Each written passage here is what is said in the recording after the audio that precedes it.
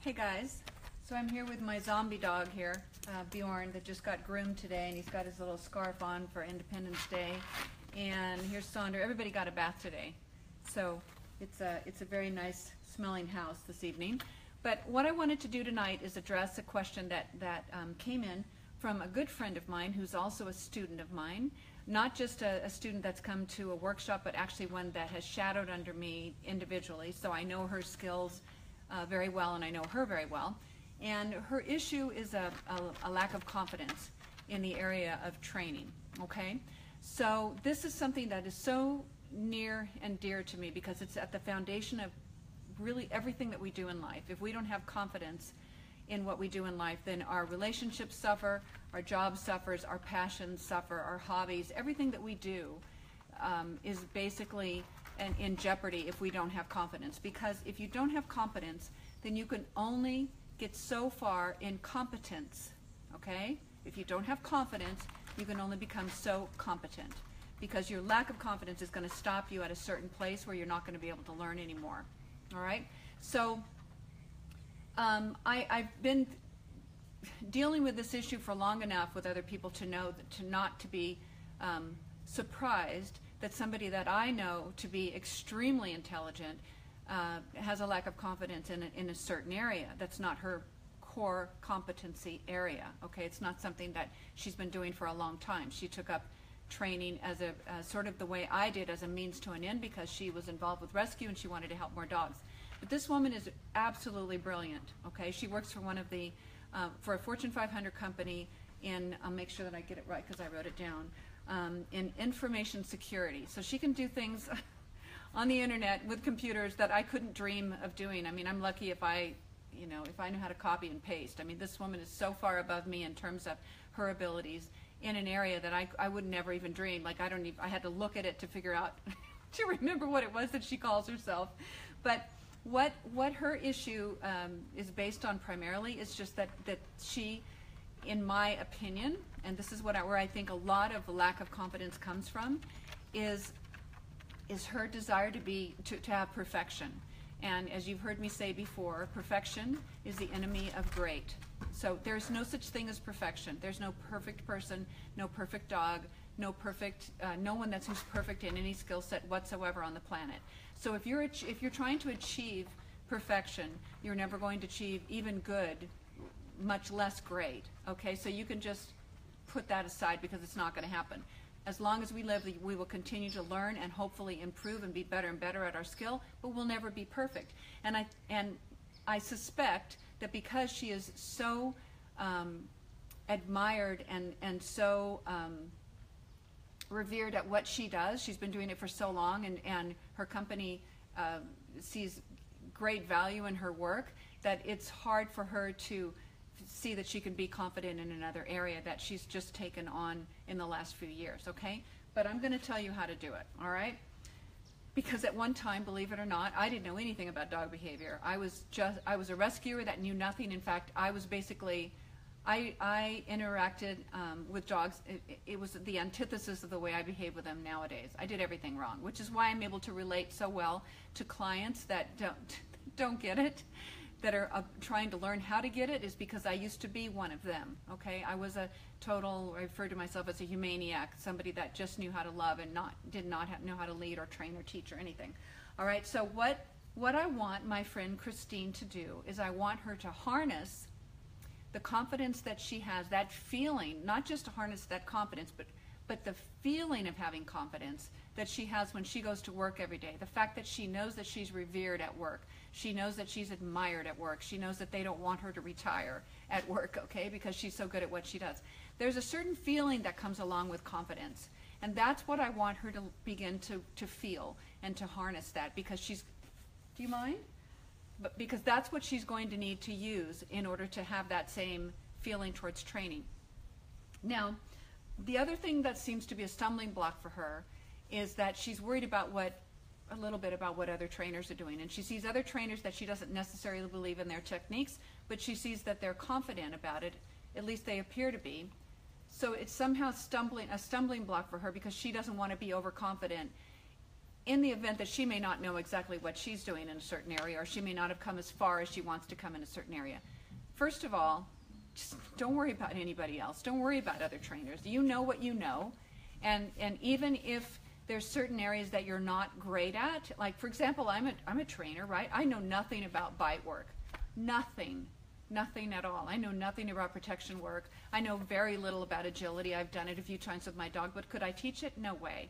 I have my core competency. I know what I'm good at, and I know what I'm not so great at, and I don't worry about what I'm not so great at because it's not how I make my living, and it's not what I need to do in order to rehab dogs for rescue. I just focus on what I'm good at, and I try to get better at it every day. So that's not a stumbling block for me. So don't worry about what other trainers are doing.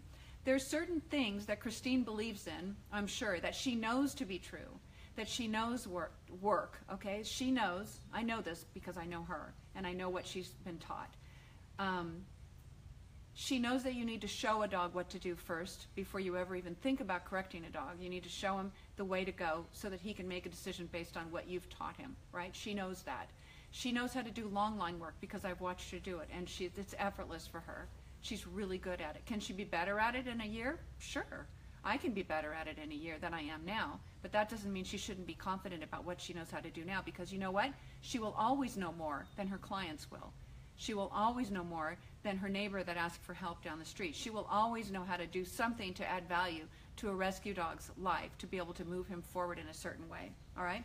So here's what I want Christine and anyone else that has any kind of confidence issues to do is, first of all, assess what you're the best at.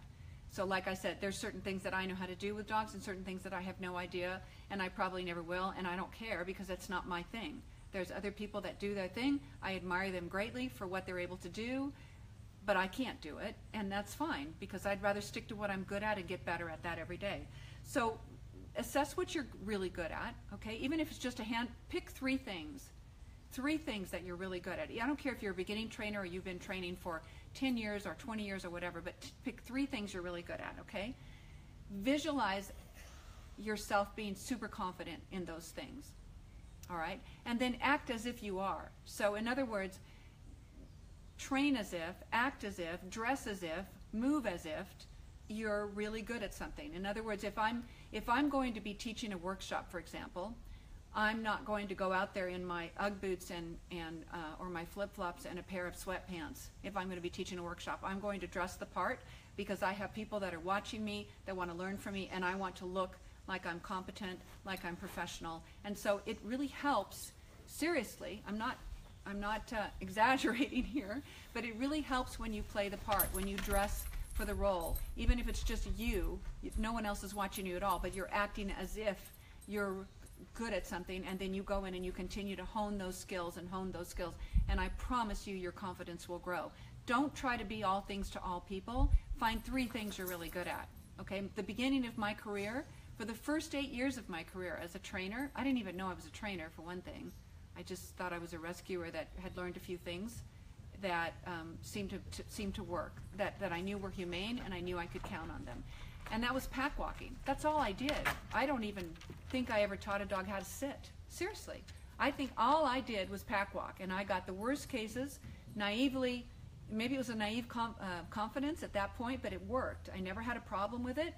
I pack walked lots of dogs, and I actually achieved goals with them, and I helped people, and I helped rescue dogs. Okay? So I honed and honed and honed that skill. And to this day, it's something that I do well, and it's something that I'm confident about. But I've also added to my toolbox, okay, or my number of tricks that I do with dogs, okay. So continue to hone what you do, and also if somebody tells you that you're good at something, this is so crucial. If somebody tells you, "Wow, that's great, I really learned something," your answer should be thank you. It shouldn't be, "Well, you know, I've only been doing this for a while." And Christine, I'm not saying you do this, but I've seen a lot of trainers that do. Trainers that come to my workshops or trainers that shadow under me, I'm not sure what the dynamic is, but a lot of times I'll try to compliment them and say, "Man, you're really good at that." And they always come back, not always, but sometimes come back with well, I could be better at it, or well, I don't know that much, I'm not as good as you or whatever. Just say thank you, because that will help you build your confidence to be able to confidently accept a compliment. That's a tongue twister. Okay? But those are just some tips. You have to be confident if you're going to be competent. All right? And if you're not there yet, you will get there. Just continue to practice. The only way you get better at anything is to continue to practice. Make mistakes. Have failures. It's okay. Most everybody out there is going to know how to, especially Christine. I know her. And I know most of the people, I can't even think of an exception of anyone that's ever shadowed under me or trained with me that doesn't take risk seriously, manage risk appropriately, knows when to take a chance and when not to, right? But there's a lot of things that you can do that don't involve any risk at all. Do long line work, do a lot of place work, do pack walks in silence, become more dog-like. I mean, I can go on and on and on, but just practice those core skills, get better at them each day, and your confidence will build in a natural way. No one will have to tell you how good you are, because you will begin to feel it yourself. Act as if, train as if, dress as if, and be that person that you want to be. Okay? Don't doubt yourself. You always know more than your client does. You always know more than the guy next door. All right? You're always smarter than your dog. Trust me. You are always smarter than your dog. All right? Happy 4th of July, guys. Even my friends out there in the UK and everywhere else. Happy 4th of July. Okay, see you guys. Bye.